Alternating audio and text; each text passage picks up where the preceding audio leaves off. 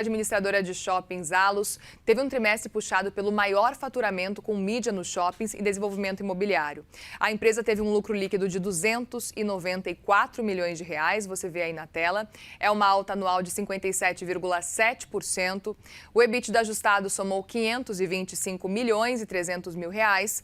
É um avanço de 10,5%. Allos que conseguiu reduzir as suas despesas como resultado do programa de ganho de eficiência adotado desde o último ano, e a receita líquida da companhia foi de 732 milhões e 300 mil reais. Na comparação com o mesmo trimestre do ano anterior, o valor subiu aí 11,6%.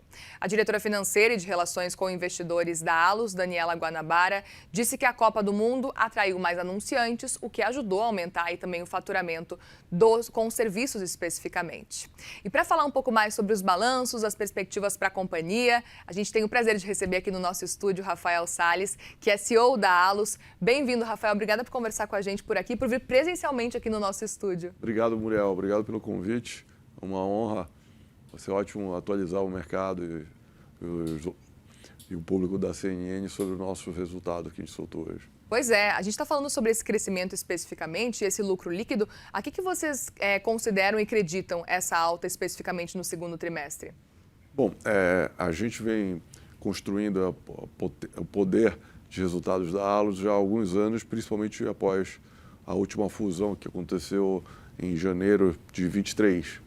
E esse resultado desse trimestre, desde o anterior, já é a consequência desse trabalho de integração, construção de um portfólio mais forte, um portfólio de shoppings e de produtos em verticais, como a que você mencionou, verticais que a gente chama verticais laterais, que se tornaram business importantes para a companhia, junto com os shoppings muito importantes nos seus mercados. Então, essa combinação de um portfólio de shoppings fortes, a maior empresa de shoppings do Brasil, com o maior número de lojas, maior capacidade de conhecer o cliente, fez com que a gente tivesse cada vez mais capacidade de atração e resultados melhores. O lucro, especificamente esse ano, a gente está crescendo de uma forma distintiva, porque a gente desalavancou a companhia depois dessa integração, estamos gerando bastante caixa. Infelizmente, pela parte, a gente está investindo um pouco menos no crescimento, porque com o custo do capital mais alto, a gente acaba fazendo menos projetos porque o retorno, a demanda por retorno fica maior, né? Então, com juros altos, conseguir crescer 50% do lucro. No nosso caso, o mais importante é olhar o FFO, que é o cash flow que vem das operações. O cash também cresceu 16%. Então, se com juros desse jeito a gente está crescendo 16%, então, se tivesse um pouquinho mais de vento nas costas, talvez os nossos lojistas estivessem ainda melhor e a gente tivesse ainda um resultado ainda melhor. Eu queria falar justamente sobre isso, porque a gente tem acompanhado aí esse desafio como um todo, né, Rafael? A gente está num cenário de endividamento muito alto do brasileiro, juros altos por muito tempo também, e ainda assim vocês conseguem crescer. O quanto que isso tem impactado especificamente? A questão é que o nosso produto é muito bom. Então os nossos shoppings, a gente chama os nossos destinos, eles são completos, eles são lugares onde as pessoas vão não só para fazer compras. Fazer compras é uma das razões. Então, como a gente tem esse poder de atrair o público para diversas razões, para experiências, para lazer, para serviços, para resolver o dia a dia. Então, como a gente organiza a vida urbana, então a gente tem muitos motivos para as pessoas irem aos nossos shoppings e, consequentemente, a gente consegue ir melhor do que a economia em geral. Então, o varejo esse ano deve estar caindo por conta dos fatores que você falou, endividamento das famílias, maior custo de capital, financiamento do lojista, né, do capital de giro dificultando, só que as lojas nos shoppings da Allos têm performado melhor do que as lojas do varejo normal. Então, isso nos ajuda a ter uma performance relativa melhor, né? E isso também faz com que, na hora de escolher onde estar, o lojista tem que acabar escolhendo o local mais lojista, o parceiro, o anunciante, quem quer que seja, o cara que vai fazer o desenvolvimento imobiliário ao redor dos nossos shoppings, escolhe os shoppings mais dominantes e mais importantes. Então, acaba sendo um círculo virtuoso, apesar de um cenário econômico um pouquinho mais desafiador. Mas nós somos otimistas. Então, a gente se prepara para todos os cenários, o balanço está preparado, como você viu, para todos os cenários, mas otimistas de que talvez ano que vem a gente consiga acelerar investimentos e voltar a crescer mais. Vamos olhar justamente para esse cenário de ano que vem e próximos trimestres também. A gente tem um cenário aí de queda de juros ao longo dos últimos meses. É uma queda pequena, é verdade, né? Mas queria saber também a sua avaliação e o quanto que isso pode auxiliar. A gente tem uma previsão, inclusive, de que termine o ano em torno de 13,75% a taxa de juros nesse ano. É uma queda importante se a gente comparar com o começo do ano, né? O quanto que isso pode realmente mudar esse cenário, pode fazer com que vocês avancem cada vez mais? Vocês estão enxergando isso como um impacto direto para os próximos trimestres? A gente estava mais otimista, a gente estava esperando uma queda maior de juros, como todo mundo, né? Então houve uma frustração por diversos fatores, fatores externos que não tem como a gente controlar, que são questões dos preços das commodities, da volatilidade dos mercados e tal, a inflação e os juros fora do Brasil terem surpreendido também para mais, então faz com que os juros lá fora também aumentem. E a gente aqui tem os nossos desafios de país, né, que é basicamente um governo que gasta muito e a gente não vê os serviços voltando na proporção do gasto do governo. Então, vira uma forma ineficiente de você usar dinheiro de todos nós, né? Então, o governo usa o nosso dinheiro, de toda a população, especialmente dos mais pobres, porque, na verdade, é quem acaba sofrendo mais com inflação e com juros, porque eles pagam, a pessoa que precisa de financiamento é quem mais sofre com isso, e o governo acaba tomando esse dinheiro de uma forma que impede as empresas e as pessoas de quererem investir mais. Então, a gente espera que qualquer que seja o próximo governo tenha uma consciência de que o gasto público tem que vir junto com eficiência, com serviços de melhor qualidade e um ambiente que propicie o investimento, né? E que ao ter investimento, a inflação normalmente cai, porque você tem uma economia mais produtiva. Então, só que hoje temos que esperar para ver qual vai ser a linha, né, do governo, seja o atual, seguindo o atual governo, que a gente espera que, se for isso, que revise as prioridades de onde está sendo colocados os recursos do Brasil, que aí sim permita os juros mais para baixo de 10%. A juros acima de 10% é ruim em qualquer lugar do mundo, é difícil uma economia de qualquer lugar do mundo sobreviver, né, com juros acima de 10% ao ano. E aí, olhando para os desafios do setor, primeiro que a gente percebe que a ocupação do shopping está muito próxima de níveis históricos, aí já na máxima. Vocês acreditam que ainda tem espaço para continuar crescendo e mantendo essa ocupação nos próximos meses? E aproveito para te perguntar também, olhando para esse cenário que a gente está acompanhando, o e-commerce, na avaliação de vocês, deixou de ser já talvez um concorrente direto e agora está fazendo parte de todo o cenário já ou não? Duas perguntas boas, só para organizar, então vamos lá. Primeiro, a primeira parte, que é sobre a nossa capacidade... A ocupação do shopping. Da ocupação. Né? O nível de ocupação atual é um nível muito saudável, quando você olha os portfólios dos shoppings em geral, não só o nosso. No nosso caso especificamente, a gente tem um ou outro shopping que, na verdade, a gente está em transformação. E aí acaba criando uma vacância maior para você criar oportunidade de trazer novidades. Por exemplo, a gente está levando marcas internacionais para mercados que nunca tiveram. Então, por exemplo, a gente vai abrir um Dolce & Gabbana em Belém, vamos abrir uma Dolce & Gabbana em Manaus, a gente abriu uma Sephora em Campo Grande. Então, são marcas que antes não estavam nesses mercados. Então, a gente precisa criar área para levar, por exemplo, essas marcas internacionais para locais do Brasil que elas não estavam antes. Isso são pequenos exemplos que fazem com que a gente tenha que criar uma certa vacância. Essa vacância atual é muito saudável, a gente mira ficar nesse range, tanto do trimestre agora, mas sempre no quarto trimestre aumenta a ocupação, porque o pessoal quer pegar o quarto trimestre, que é o trimestre mais forte de venda. Então, a gente está muito confiante na ocupação. Pelos dados de inadimplência, dá para ver que não vai ter, até agora, esse ano, deve tá indo bem, apesar de ser até um pouco surpreendente a inadimplência estar tão boa, tão controlada, digamos assim, considerando o cenário macroeconômico. Então, por enquanto, a gente espera uma ocupação boa até o final do ano. O outro lado, o e-commerce, já é uma história que já faz parte do dia a dia do varejo, já faz parte do dia a dia das pessoas. Antes da pandemia, tinham pessoas que eram online, tinham pessoas que eram offline. Hoje o consumidor virou online, né?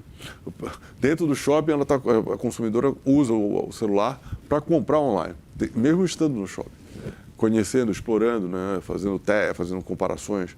Então, a jornada do nosso consumidor, do nosso cliente, ela já é multicanal, ela já é phygital, como a gente fala. E a gente tem que ajudar os nossos lojistas a navegarem isso.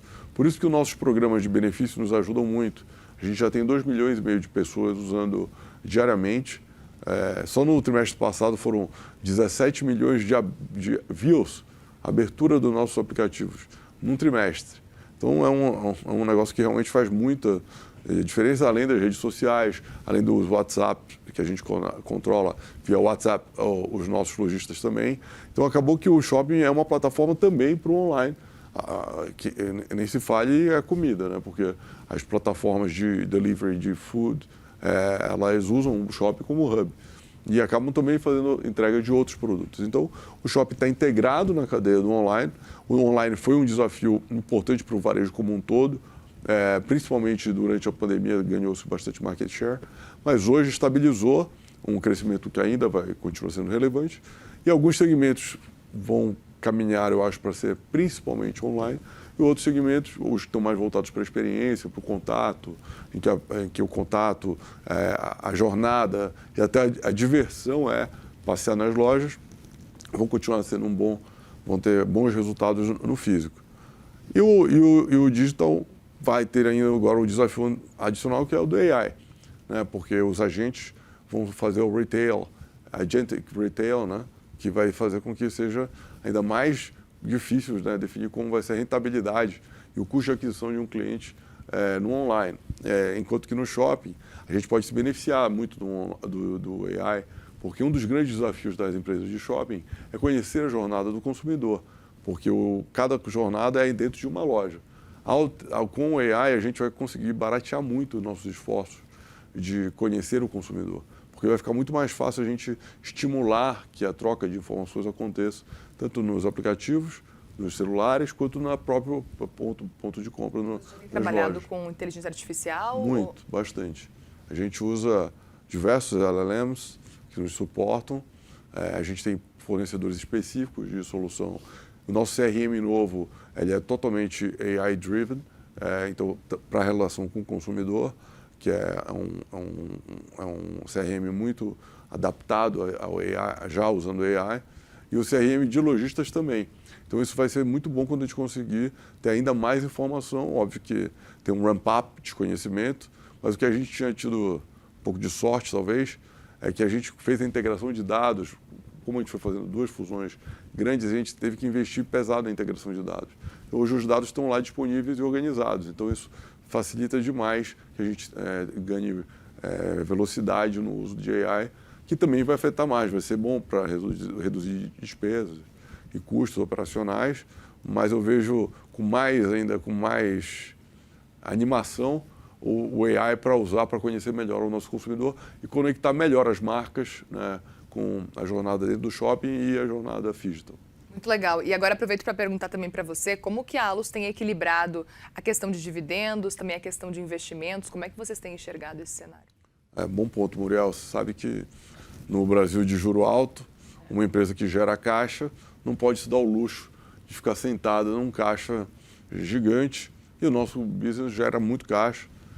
Havia até uma dúvida sobre os investidores, tinham dúvida, quando a gente propôs fazer a fusão, quanto de fato que a gente ia conseguir melhorar a rentabilidade, e houve um aumento gigante de rentabilidade. Só para você ter uma ideia, hoje a gente capta dinheiro abaixo do governo. A gente capta CDI, 97 do CDI, para 5 a 10 anos. Então, e antes da consolidação da Allos, as empresas captavam a CDI mais 3. Então, esses 3 a mais, imagina, 14,5, mais 3 é uma grana. Então, a gente conseguiu captar um custo muito interessante e gerar muito caixa operacional. Então, e os investimentos de expansões e novos shoppings e novas áreas, estão numa velocidade um pouco menor por conta da velocidade também que o varejo consegue absorver áreas novas. Então, por conta disso, a gente tem feito muitas revitalizações, muitas transformações nos shoppings, mas o consumo de capital nisso é relativamente baixo comparado com a geração de caixa da companhia. Então, a gente consegue pagar bons dividendos, o que é uma alternativa boa neste momento que a gente tem menos alternativas de crescimento para usar os recursos dos acionistas.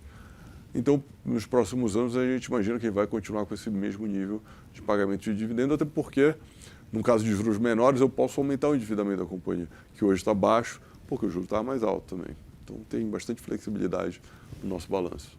E eu sei que vocês enxergam os shopping centers como algo já de lazer, né? Já é algo, não é para além do consumo, da compra, de só chegar lá e comprar. A gente percebe que os shoppings como um todo têm se transformado cada vez mais ao longo dos últimos anos. Queria que você compartilhasse um pouco dessa visão que vocês têm.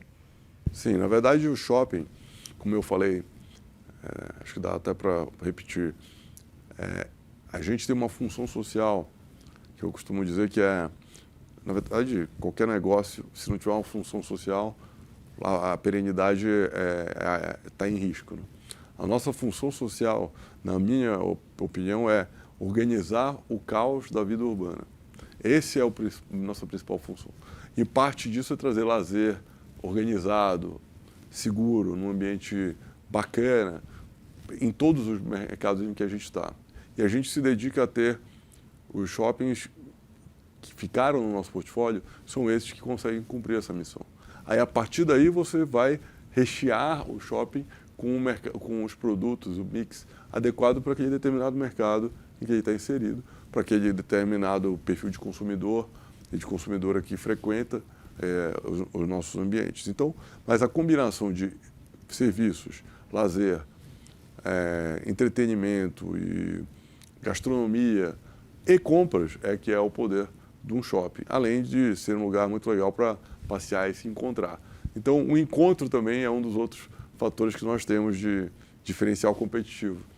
Agora, quando você pergunta sobre o e-commerce e a competição, a gente compete com tudo. A vida não é fácil para a gente, mas a gente está indo bem porque a gente compete com o tempo que a pessoa pode ficar na Netflix, a gente pode ficar na TV, pode assistir o YouTube em casa, né, assistindo o CNN. Então, a gente compete com toda essa jornada. Então, o que eu digo, a gente costuma trabalhar lá na empresa, na Allos, pensando no share of life, não no share of wallet. O consumo ele vem como consequência de você capturar os momentos da vida dos consumidores e das pessoas. Muito bem, Rafael Salles, CEO da Allos, obrigada mais uma vez pela conversa por aqui. Volte mais vezes, viu, para conversar com a gente. É um prazer, Muriel. Obrigado pelo convite. Obrigada, uma boa noite para você. Obrigado, para vocês também.